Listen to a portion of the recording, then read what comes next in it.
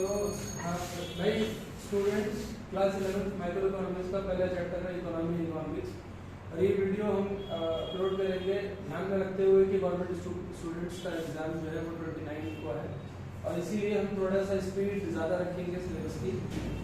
इसमें सब कुछ कवर करने की गारंटी नहीं है, but most of the things जो आपने मिस की हैं, जो आपने नहीं पढ़ पाए हैं किसी भी रीजन से, उन सारी चीज़ों को, उन सारे कॉन्सेप्ट को कवर करने की कोशिश करें। तो बेसिकली बुक चैप्टर में बहुत कुछ है, बहुत सारी चीज़ पढ़ने के लिए, सीखने के लिए, डीप में जाएंगे तो 3-3 महीने में भी एक चैप्टर पूरा नहीं होगा, लेकिन हम कोशिश ये करेंगे कि कम से कम इतना कर लें एक चैप्टर के अंदर जो भी मेन टॉपिक्स है वो कवर हो जाए।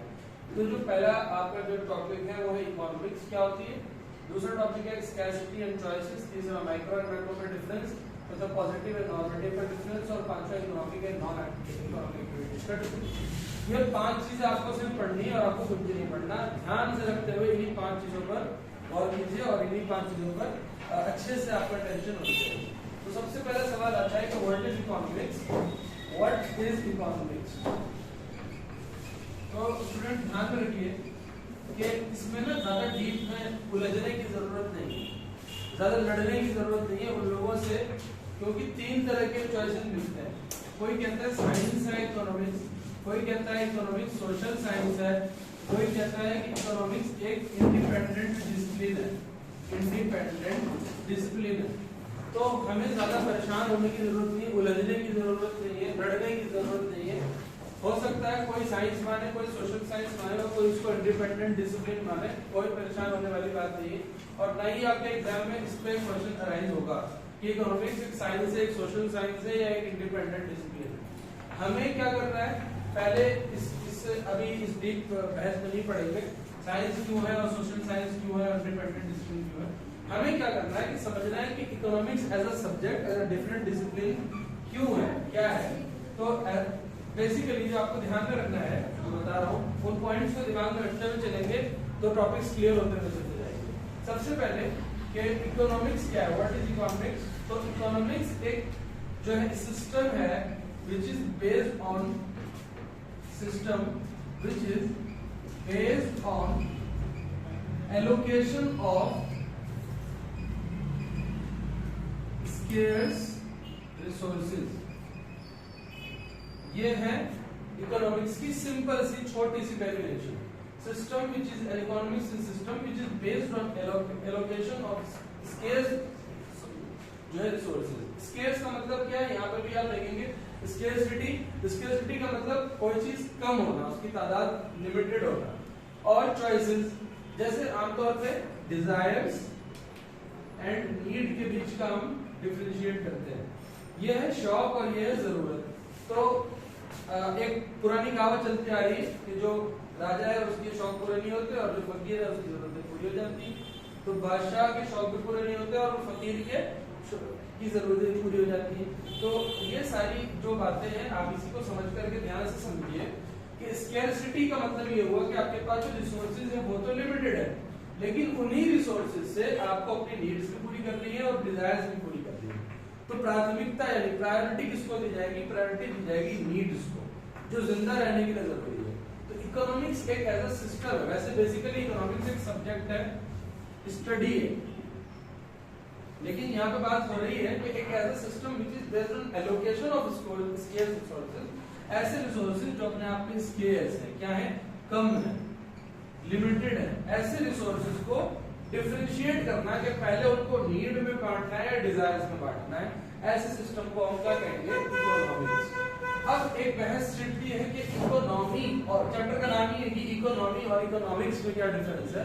तो ध्यान से समझेंगे कि इकोनॉमी इज द फंक्शनिंग, यहाँ पे मैं लिख दे रहा हूँ, इकोनॉमी इज द फंक्शनिंग, कैसे एक अर्थव्यवस्था चलती है उसको क्या कहते हैं, इकोनॉमी इज अ फंक्शनिंग। जबकि इकोनॉमिक्स इज द स्टडी, यहाँ पे भी मैंने लिखा हुआ है इकोनॉमिक्स इज द स्टडी, कैसे हम पढ़ते हैं उस फंक्शनिंग को, उसको हम कहते हैं इकोनॉमिक्स। तो पहली बहस हमारी खत्म हुई, क्योंकि मैंने पहले ही कहा है कि मैं एग्जाम को मद्देनजर रखते हुए वीडियो रिकॉर्ड कर रहा हूँ कि एग्जाम सामने है तो वहां पे हम बहुत डीप एनालिसिस नहीं कर पाएंगे। हाँ, इतना कर लेंगे कि आप एग्जाम में बहुत अच्छा और बहुत सुटेबल आंसर लिख सकते हैं। तो आपको जब भी 5 मार्क्स में 3 मार्क्स में पूछा जाए कि what do you mean by economics या एलैबोरेट द सिस्टम ऑफ या फंक्शनिंग ऑफ इकोनॉमिक्स, तो आप वहां पे शुरुआत ही यहीं से करेंगे the system in which is based on the allocation of scarce resources, जो कम रिसोर्सेज को सबको बांटने के लिए सिस्टम बनाया जाए वो उसको उस सिस्टम को इकोनॉमिक्स कहते हैं। और उसकी फंक्शनिंग को क्या कहेंगे, उसको हम कहेंगे इकोनॉमी। ठीक है, तो आप बेसिकली पहला हमारा काम पूरा हुआ। दूसरे काम पे आ जाते हैं स्केर्सिटी एंड चॉइसेस। स्केर्सिटी का क्या मतलब हुआ, वर्ड की मीनिंग निकालते हैं पहले। स्केर्सिटी, अभी मैंने थोड़ी देर पहले एक वर्ड बोला स्केर्स, यानी कम होना। स्केर्सिटी रिसोर्सेज आपके पास कम है, एंड चॉइसेस यानी अब जो हमारी चॉइसेस है, फॉर एग्जांपल आपको अगर कोल्ड ड्रिंक पीनी है तो कोल्ड ड्रिंक में भी आप देखेंगे कि आप स्प्राइट को पसंद करते हैं, कोई ड्यू को पसंद करता होगा, कोई थम्स अप को पसंद करता होगा, यानी उसकी सबकी अपनी अपनी चॉइसेस है। लेकिन ध्यान में रखें कि अगर कहीं कोई फंक्शन है और वहां पे सबकी चॉइसेस अलग अलग है, लिस्ट बन जाएगी पूरी अलग अलग, और स्केर्सिटी यानी रिसोर्स जो है वो बहुत कम है, यहाँ पे आपको सिर्फ थम्स अप अवेलेबल है। तो अब कुछ तो होंगे कहेंगे ठीक है थम्स अप बुरा नहीं है, सारे थम्स अप पी सकते हैं। कुछ होंगे कहेंगे नहीं मुझे हर हाल में स्प्राइट चाहिए, कुछ कहेंगे मुझे हर हाल में ड्यू चाहिए। ऐसे सिस्टम जहाँ पे चॉइसेस आपके पास बहुत सारी हो, रिसोर्स कम होने की वजह से प्रॉब्लम स्केर्सिटी की खड़ी हो जाए, इसको हम कहते हैं the problem of scarcity. Resources आपके पास कम। इसको हम और डीप में पढ़ेंगे चैप्टर 2 में, जहाँ पे बात आएगी सेंट्रल प्रॉब्लम्स ऑफ इकोनॉमी या मेजर प्रॉब्लम्स ऑफ इकोनॉमी। वहां पे हम बात करेंगे इस वर्ड को थोड़ा सा और इलैबोरेट करेंगे अगले चैप्टर में। अभी फिलहाल आपको ये समझना है कि हमारी इकोनॉमी के अंदर जो रिसोर्सेज है वो स्केर्स है, कम है, और स्केर्सिटी की प्रॉब्लम की वजह से लोगों को अपने चॉइसेस के साथ समझौता करना पड़ता है। ठीक है, आपके पास रिसोर्सेज बहुत कम है, फॉर एग्जांपल आपके पास 10,000 रुपए और आपको 1 लाख रुपए की शॉपिंग करनी है, तो ये पॉसिबल नहीं है। हाँ, 90,000 रुपए का कर्ज ले लीजिए, आप उधार ले लीजिए, तो आप 1 लाख की शॉपिंग कर सकते हैं। लेकिन चूंकि आपके पास 10,000 रुपए का रिसोर्स स्केर्स है, इसलिए आपको अपने चॉइसेस के साथ समझौता करना पड़ेगा और उन्हीं 10,000 रुपयों में वो सामान लेना पड़ेगा जो आपके लिए बहुत जरूरी है। यानी आपको अपने शौक जितने भी हैं, डिजायर जितने भी हैं, उनको क्या करना पड़ेगा, एलिमिनेट करना पड़ेगा तब तक के लिए जब तक के लिए आपके पास स्केर्स रिसोर्सेज खत्म नहीं हो जाते, आपके पास रिसोर्सेज बढ़ नहीं जाते। ठीक है, next we come to the point of choices. अभी हमने बात करी कि choices are not necessarily important to live in a country, to live in an economy, to function in economy। तो ऐसा जरूरी नहीं है कि चॉइसेस हो मतलब के साथ आप समझौता नहीं कर सकते, आप कर सकते हैं। चॉइसेस इज लाइक कि भाई ठीक है आज आपको ये वाला कपड़ा पहनना है, बात खत्म हो गई, ये वाला कपड़ा पहनना है। लेकिन इसका ये मतलब नहीं है कि आपके पास और कोई कपड़े हैं ही नहीं। ठीक है, वो बात तो स्केर्सिटी में हो गई कि आपके पास एक ही कपड़ा है, तो फिर वहां पे चॉइस का तो कोई मतलब ही नहीं है। बात आ रही समझ में? जब आपके पास कपड़ा एक ही जोड़ा है, एक ही कपड़ा है, तो उसमें तो फिर कोई बहस की बात नहीं, वही पहनना है ले लेके। लेकिन जब आपके पास कपड़े 10 जोड़े हैं, उसमें से आप चॉइस कर रहे हैं कि मेरे पास एक है जो आज पहनना है और बाकी 9 को साइड रखा हुआ है, तो यहाँ पे फिर हम चॉइस को प्रेफरेंस भी देंगे। वहां पे हम ये देखेंगे कि अभी कुछ भी पहन लें, कोई इतना फर्क नहीं पड़ता। लेकिन फॉर एग्जांपल किसी की शादी में जाना है, किसी प्रोग्राम में जाना है, तो हो सकता है आप उससे चुन करके तो it is based on completely scarcity and choices. तो आप कहीं ना कहीं पे आकर के अपने डिजायर्स को कंट्रोल करना पड़ेगा। Then we come to micro and macro. Okay, आपको प्रॉब्लम अगर आ रही हो कॉन्सेप्ट समझने में, आप बता सकते हैं, कोई ऐसी बात नहीं है। ये बहुत सिंपल सा सवाल है, इसको ये एग्जाम में नहीं पूछा जाएगा, फिर भी मैं आपको बता दूं कि नाम से क्लियर है, आपने 9th 10th क्लास में पढ़ा होगा कि माइक्रोस्कोप और माइक्रो ऑर्गेनिजम्स, ऐसे ऑर्गेनिज्म जो कि हम नेक्ड आई से नहीं देख सकते हैं, जिसको देखने के लिए हमको माइक्रोस्कोप चाहिए। छोटा नहीं, छोटे छोटे जितने भी कॉन्सेप्ट्स होते हैं इकोनॉमिक्स के, उनको हम किसमें पढ़ते हैं, माइक्रो इकोनॉमिक्स में पढ़ते हैं।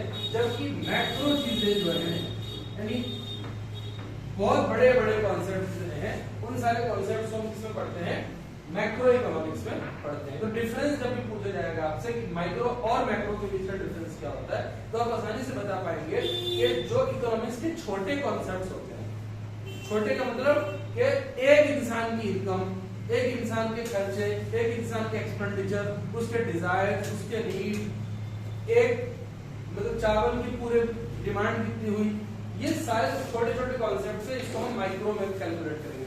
जबकि पूरी इंडिया की इनकम, नेशनल इनकम निकालना हो अगर आपको, तो हम इसको किसमें डालेंगे, मैक्रो में डालेंगे। नाम से क्लियर है? तो आपको याद रखना चाहिए छोटे कॉन्सेप्ट किस रहेंगे, इसको हिंदी में कहते हैं माइक्रो इकोनॉमिक्स, इसको हिंदी में कहते हैं समष्टि अर्थशास्त्र। तो समष्टि जो सब कुछ समान है अपने अंदर, इससे भी आप याद कर सकते हैं। और माइक्रो को हिंदी में कहते हैं व्यष्टि, या फिर सूक्ष्म, छोटी चीजें। अर्थशास्त्र की, इकोनॉमिक्स की वो चीजें जो अपने आप में छोटी हो, एक इंसान की इनकम, एक इंसान का एक्सपेंडिचर, ये सब कुछ आप किस पर डालेंगे, माइक्रो इकोनॉमिक्स पर डालेंगे। और जो बड़ी चीजें हैं, इनकम, पूरी कंट्री की इनकम, पूरी कंट्री का एक्सपेंडिचर, पूरी कंट्री की salary, that is macro economics. तो आपसे एक नंबर में सवाल आएगा बस ये कि माइक्रो इकोनॉमिक्स और मैक्रो इकोनॉमिक्स, एक कोई सेंटेंस दे दिया जाएगा, the income earned by superman on 23 December. तो ये किसका फैक्ट है, ये माइक्रो इकोनॉमिक्स का फैक्ट है या मैक्रो का है, माइक्रो का है। तो आप आराम से लिख देंगे कि ये माइक्रो का है। अच्छा, अगर आपसे पूछा जाएगा income earned by all the residents of the country in financial year 2022, तो आप मैक्रो का फैक्टर, बस इतना ही पूछा जाएगा। ये एमसीक्यू का क्वेश्चन आता है, इसके अलावा इससे कुछ भी नहीं पूछा जाएगा। और जब 12th में जाएंगे तो मैक्रो का इंट्रोडक्शन पढ़ने के लिए आपको टाइम देना पड़ेगा, कम से कम 1 महीना, सिर्फ मैक्रो समझने के लिए कि मैक्रो होता क्या है। अभी हम उस पर डिस्कस करना गैर मुनासिब समझते हैं, ऐसा लगता है कि उसमें अभी बात करने कोई फायदा नहीं है। नेक्स्ट थिंग, क्लियर सी बात है, हमने पहले भी इसको पढ़ा है, अब भी कोशिश कर लेते हैं। पॉजिटिव एंड नॉर्मेटिव इकोनॉमी, नाम से थोड़ा सा गुमराह कर सकता है आपको। गुमराह करने का मतलब ये कि लग रहा है पॉजिटिव और ये नेगेटिव, लेकिन ऐसा कुछ नहीं है। पॉजिटिव इकोनॉमिक्स जो है ना, पॉजिटिव इकोनॉमिक्स ये क्या करता है, ये इकोनॉमी के कुछ फैक्ट्स को बताता है। फैक्ट समझते हैं, यानी कि भारत में इतने राज्यों में इतनी गरीबी है, ये एक फैक्ट है बस। अब ये फैक्ट है, बात खत्म। इसको कैसे हल किया जाएगा, इसका क्या सोल्यूशन निकलेगा, क्या नहीं होना चाहिए, कैसे होना चाहिए, नो नथिंग। एक फैक्ट दे देगा आपको, एक स्टेटमेंट दे देगा सिंपली कि India is the second largest country in the world according to population, in terms of population. ये क्या है, फैक्ट है। इस फैक्ट को आप इग्नोर नहीं कर सकते। अब ये कंट्रोल पॉपुलेशन अगर करना होगा आपको, तो इस पॉपुलेशन को कंट्रोल कैसे करेंगे, that would be the topic of normative economics. Normative economics कि अगर किसी पॉपुलेशन को कंट्रोल करने की बात है, कि चलो एक प्रॉब्लम है, कहने को तो मतलब ठीक है, आप इसको दो नजरिए से देख सकते हैं कि India is the second largest country in terms of population, ठीक है। अभी तक वैसे तो जो डेटा अभी तक आया नहीं है, लेकिन जो मुझे लगता है कि हम चाइना को पीछे छोड़ चुके हैं, है ना, मानते हैं ना। चाइना वैसे अभी तक as per the data, as per record, China is number 1, लेकिन चूंकि हमारे लास्ट सेंसस 2011 में हुआ था, 2011 में, उसके बाद हमारा सेंसस भी नहीं हुआ अभी तक। तो जनसंख्या भारत की जो है, मेरी समझ है उसके अनुसार पहले नंबर पर आ चुकी है, और भारत दुनिया का सबसे ज्यादा पॉपुलेटेड कंट्री है, या ये ऐसा लगता है। अभी तक गवर्नमेंट की तरफ से या किसी भी ऑफिशियल बॉडी की तरफ से ऐसा कोई स्टेटमेंट आया नहीं है, लेकिन हम एक फैक्ट के तौर पे क्या लिखते हैं कि India is the second largest country in the world in terms of population. तो अगर इसको दो नजरिए से देख सकते हैं, एक नजरिया तो ये है कि चलो हम अपनी तादाद पूरी दुनिया को बता रहे हो कि तुम हमसे डर के रहना, हम 150 करोड़ लोग हैं। और दूसरा क्या है कि एक बहुत बड़ा चैलेंज है हमारे लिए कि रिसोर्सेज आपके पास स्केर्स हैं, फिर आपकी चॉइसेस भी खत्म